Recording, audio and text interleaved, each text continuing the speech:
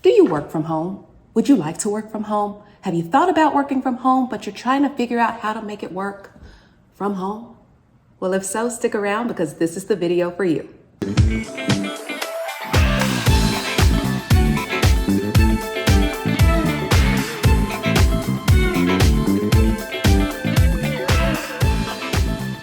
Hello, my beautiful friends. I'm Kristi, and this is Kristi Doing Things, and welcome back to my channel. Today, we're going to talk all about how to have the best and most productive day working from home. Are you ready? Because I'm ready.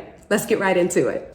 So I've been working remotely for the better part of about 6 years, and it's been great. I love not having to stop to get gas.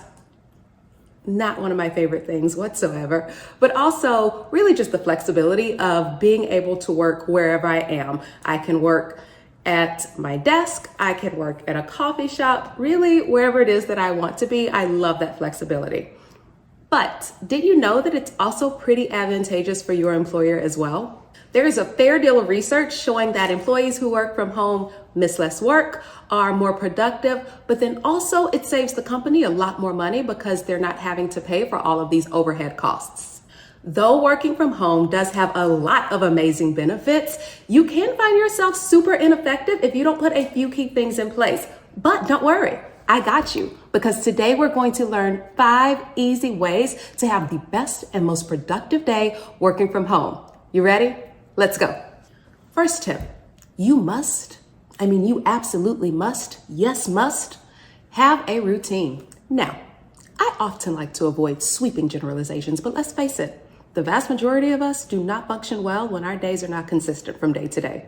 I'm not saying that your day has to look the exact same from day to day. No, that's not it. But you will want to have at least some level of a loosely structured idea of what your day is going to look like with those big structures put in place from day to day. Because without it, working from home can get pretty distracting with the TV so close and the bed so enticing and the dishes not done and the laundry not folded. You feel me? You feel me?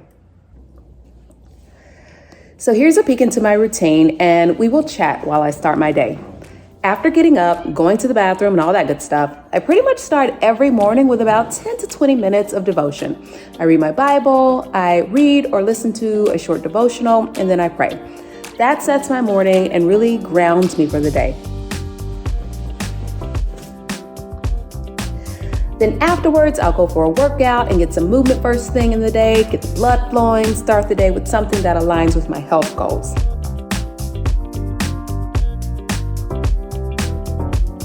Make my coffee, make the bed, get dressed, and then move on to the work that I have to do for the day. Like I said, some days things look a little bit different, and that's completely okay.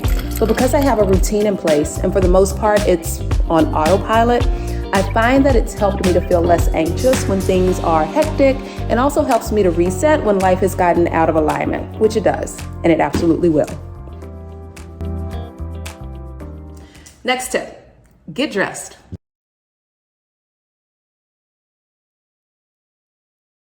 Now, anybody who knows me knows that I could sit in my robe all day long. Lounging is literally everything, except for when you're working, in which it's like death to productivity. When you're spending a good deal of your time at home working, sleeping, eating, playing, all the things, it can feel like there's no point to getting dressed. But I found that I feel so much more productive when I make the effort to do my hair and makeup and put on clothes, even if it's just a dress shirt and comfy bottoms, because let's get it straight. Some level of comfort is a perk of working remotely.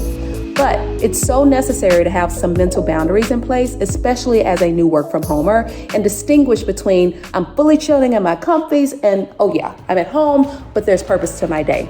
And something as small as putting on real clothes, whatever that means to you, helps to be able to do that.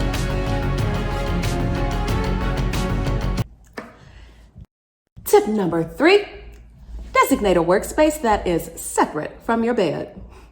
This is a really nice segue from tip 2. I've interacted with so many people who have said that they feel unproductive working from home, and I feel pretty confident that the reason is mostly because the boundaries between home and work can get very muddled, which is very understandable, especially over these last couple of years. With that said, bed is not for work. I realized early on that I have to get out of bed because when I'm in bed, all I want to do is sleep. And even if I actually manage to function with work, my brain associates being in bed with relaxing. And for those of you in tiny spaces, it doesn't matter what size your place is. Think of hotels. They manage to create visual boundaries on space with a sleeping area and a work area on usually about 250 square feet.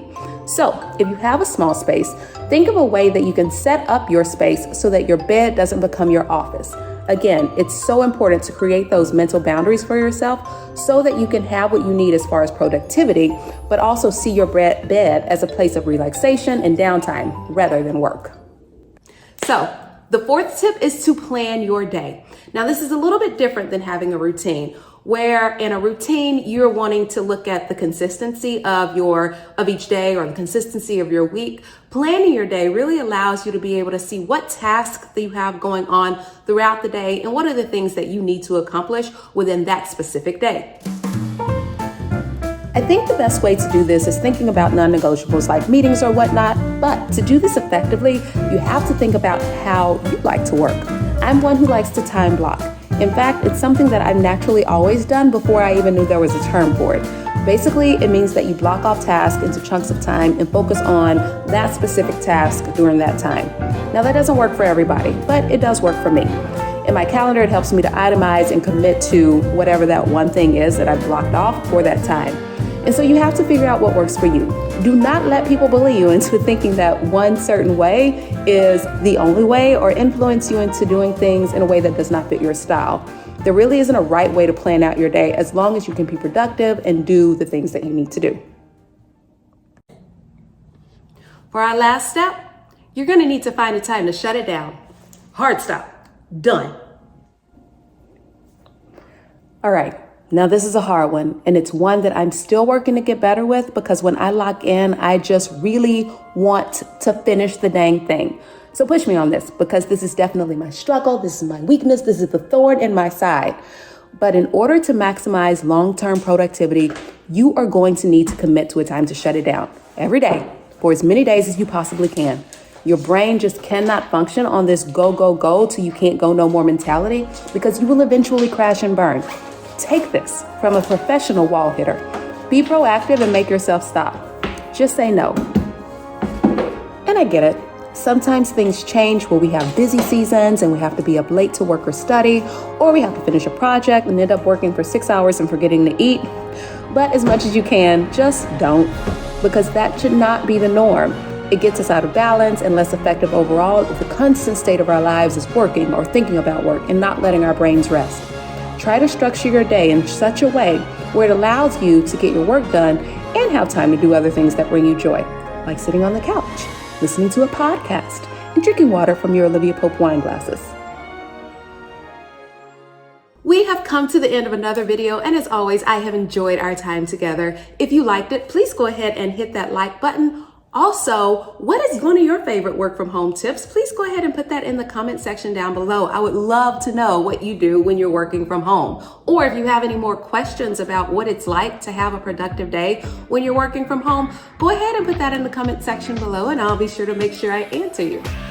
Also, if you want to keep hanging out, just go ahead and hit that subscribe button and be part of the fam because over here, we're doing things. Alrighty, I hope you have a blessed and beautiful week and know that you are just on time to live the life of your dreams. Until next time, bye.